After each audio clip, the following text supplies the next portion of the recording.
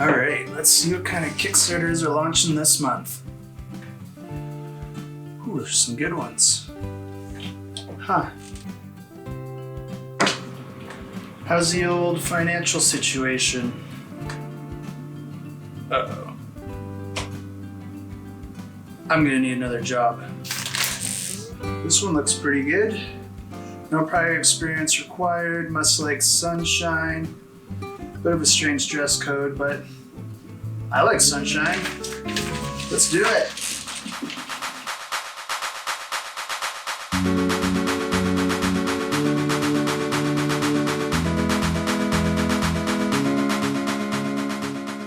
Yeah, it's my first day. No, I've never been to this side of town. It's actually quite a lot different than my area. Oh, yeah. You want me to push that rock? Yeah, I can push a rock. No worries. Let's do it.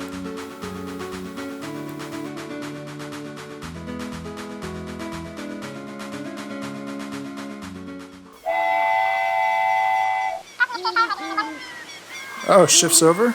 No, it's great. What, it's been like 16 hours? I do gotta get home though. I got another job I need to do. Because my viewers, they're waiting on another Kickstarter alert for Ankh, Gods of Egypt. Let's check it out. Hello, board game gods and goddesses. Welcome to this Kickstarter alert, and this time you'll be duking it out in Egypt. So as I'm rambling on about this campaign, I'm going to have a little poll up here on the right of your screen. So make sure you click on that and let us know if you're going to be back in this campaign, and check out what other people have to say. The people of Egypt worshipped many gods. Each of these gods would rule over different aspects of their life or afterlife. But as society developed, the people's devotion started to change. Many gods that they once worshipped became forgotten, while others were combined into a new god. It was clear to the gods as the people started refining their worship that eventually there would only be one god left. In Ankh, Gods of Egypt, players will take on these gods, warring for the people's devotion. The game begins with players selecting the god they want to play, each god possessing its own unique power. The players will then decide what scenario they want to play. The goal of the game always remains the same, but the scenario will change the way the board's set up, add new features, and make each game a little bit different. During a player's turn, you can take up to 2 actions. You get to choose the first one you want to make, but your second one has to be taken from lower on the action board.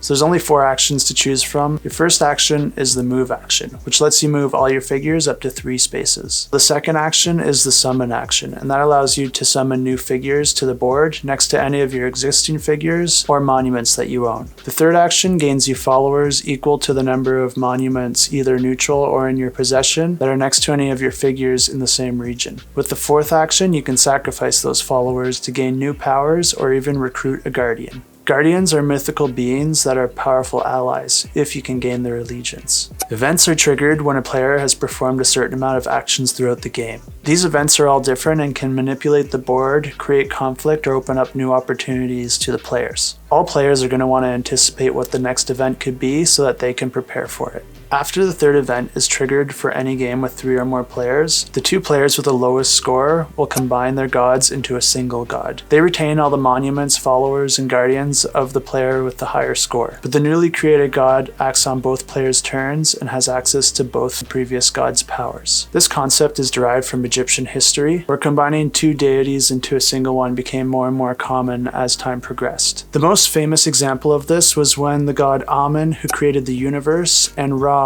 the god of sun and light, were combined into a single entity known as Amen-Ra. After the 4th event is triggered, any players that have a devotion below a certain score are simply forgotten and eliminated from the game. If there's only one god left at this point, they win the game. If there's no gods left, that's hilarious, and everyone loses. If there's multiple gods still left, play continues until the final event, and then whoever has the most devotion wins. You can also win at any point by reaching the maximum in the devotion track. This game seems quite a lot different than Blood Rage or Rising Sun. If you want to know more about it, I'll leave the rulebooks in the description below. They have a rulebook in French and English. No other languages are going to be offered during the Kickstarter campaign, but more will be offered in retail. So at the start of this campaign, there's only 2 pledges, and they're basically the same as one's in English and one's in French. This is called the Faithful Pledge and costs $100 US or $139 Canadian. Keep in mind these prices don't include shipping, so consider that when you're making your purchase, and I'll put the shipping charges on the screen now.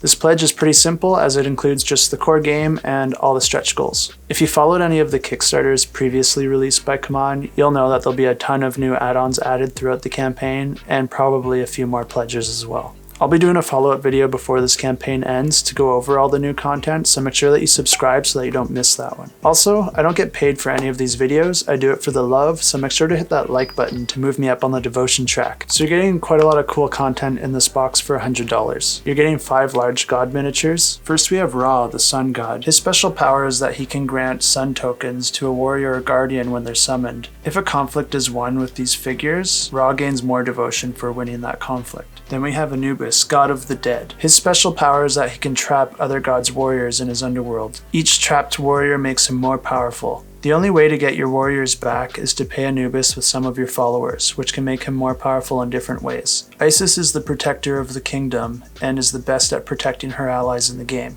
Any of her figures that are adjacent to an enemy cannot be killed, so players will want to keep their distance from her. And then we have 𝗁𝗻, the god of mystery. His power makes him a lot more flexible in battle because, unlike the other players, he can play 2 cards instead of 1 and resolve both, adding together both bonuses. And finally we have 𝗚સિris, Lord of the Underworld. When 𝗚સિris loses a battle, he can open up an underworld portal in that region which enemies cannot enter, but allows him to summon additional allies. So even though 𝗚સિris may lose a battle, he can come back even stronger later, and that's something his opponents must keep in mind. And then you're going to get 6 different Guardian minis that each give you a special ability based on who you ally with. And then for the components, you're going to get 30 sweet camel miniatures, your game board, essential dashboard, all the dashboards for the gods, battle cards, your Guardian reference cards, some standees for your action markers, and a whole bunch of tokens and colored bases. This game only just launched and already cleared over $800,000 US, so there's already a few stretch goals reached. Stretch goals so far have already unlocked a few different Guardians and a bunch of component upgrades. I'm a sucker for the component upgrades, so I really like to see those pop up early in the campaign. I want to take some time to highlight some comments from my previous video. So first we have one from Mike N, and he says, "Thank you for your content. Really enjoyed seeing the video in your channel and I hope you gain traction in the community. Toronto area here. Whereabouts in Canada are you from? I love all my comments equally, but it's always nice to see some comments from fellow Canadians in the area, and I'm actually from Waterloo, not too far from Toronto." And then we have one here from Gabe Logan, and he says, "Superb, nice coverage, subscribed, keep them coming." I'll keep doing that. Thanks, Gabe. And then we have one from Rezo Max who says, "My best man in all time." What can I say? I appreciate your comments, Rezo. Leave a comment and I might pick yours to highlight in the next video. So that's everything I have for you today. Make sure to hit that subscribe button so you don't miss out on the next video that I'll be releasing before this campaign ends. And until then, keep that shelf cluttered and the table full.